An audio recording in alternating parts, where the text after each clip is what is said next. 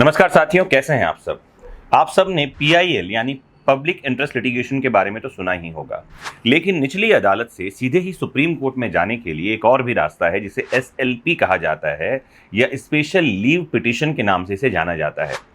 भारतीय संविधान का आर्टिकल 136 इस बारे में प्रावधान करता है और आज के इस लेक्चर में मैं आपको आम आदमी के इसी हथियार जिसे एसएलपी कहते हैं के बारे में बहुत डिटेल में बताने वाला हूं। शुरू से लेकर अंत तक इस वीडियो को जरूर देखिए। तो आपको बता दूं कि भारतीय न्यायपालिका का जो ढांचा है वो एक पिरामिड की तरह बनाया गया है, जिसमें सबसे ऊपर है सुप्रीम कोर्ट और उसके बाद आते हैं विभिन्न राज्यों के हाई कोर्ट्स और सबसे नीचे आते हैं डिस्ट्रिक्ट और सबऑर्डिनेट कोर्ट्स। इन सबऑर्डिनेट कोर्ट्स को अब डिस्ट्रिक्ट जुडिशरी नाम दे दिया गया है। अब कोई कोर्ट सबऑर्डिनेट कोर्ट नहीं कहलाता है।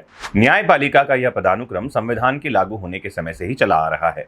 निचली अदालतों के फैसले को हाई कोर्ट में चुनौती दी जा सकती है और इसी तरह हाई कोर्ट के फैसलों के खिलाफ सुप्रीम कोर्ट में अपील की जा सकती है। लेकिन क्या आपको पता है कि डिस्ट्रिक्ट जुडिशरी यानी जिला अदालतों के फैसले के बाद भी सीधे सुप्रीम कोर्ट में अपील की जा सकती है? इसका जवाब हाँ है। कुछ परिस्थितियों में ऐसा किया जा सकता है जिसके लिए स्पेशल लीव पिटीशन का प्रावधान है।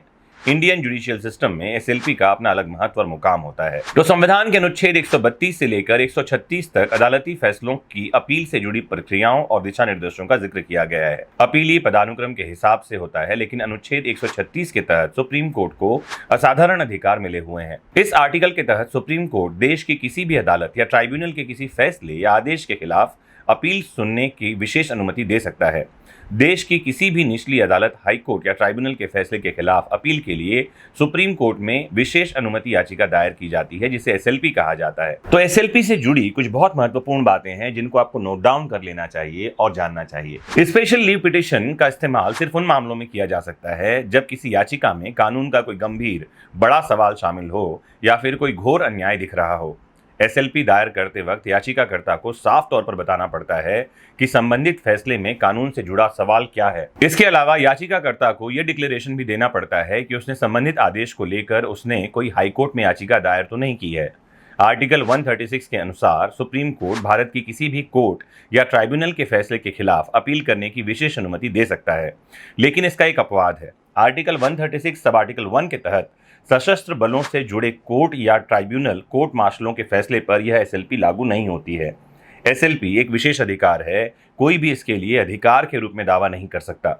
यह सुप्रीम कोर्ट के डिस्क्रिशन यानी विवेकाधिकार पर निर्भर करता है कि वो अपील के लिए अनुमति के अनुरोध को स्वीकार करता है या नहीं करता है। विशुद्ध रूप से प्रशासनिक या एग्जीक्यूटिव ऑर्डर के खिलाफ एसएलपी दाखिल नहीं की जा सकती है। क्रिमिनल केस हो या सिविल या फिर इनकम टैक्स से जुड़े कोई मामले हों, तमाम ट्राइब्यूनल के फैसले इनके खिलाफ सुप्रीम कोर्ट में एसएलपी दायर की जा सकती है। हाई कोर्ट के किसी फैसले के खिलाफ एसएलपी दायर करने के लिए 90 दिनों का समय होता है। अगर किसी मामले में हाई कोर्ट अपील के लिए प्रमाण पत्र देने से इनकार कर दे तो उसके फैसले के खिलाफ 60 दिनों के भीतर एसएलपी दायर की जा सकती है।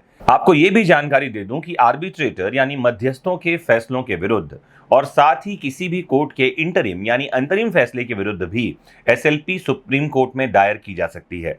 मुझे उम्मीद है कि आज के इस छोटे से लेक्चर में एसएलपी के बारे में आपको बढ़िया जानकारी मिली होगी। अगर ऐसी ही और कानूनी जानकारी आप आसान सरल भाषा में चाहते हैं तो हमसे जुड़े रहें। उम्मीद करता हूं सब्सक्राइब आपने कर ही लिया होगा और बेल आइकॉन आपने दबा दिया होगा। कमेंट बॉक्स में जरूर बताइए कि वो कौन सा टॉपिक है जिसे आप सुनना, जानना और समझना चाहते हैं। नमस्कार, जय हिंद।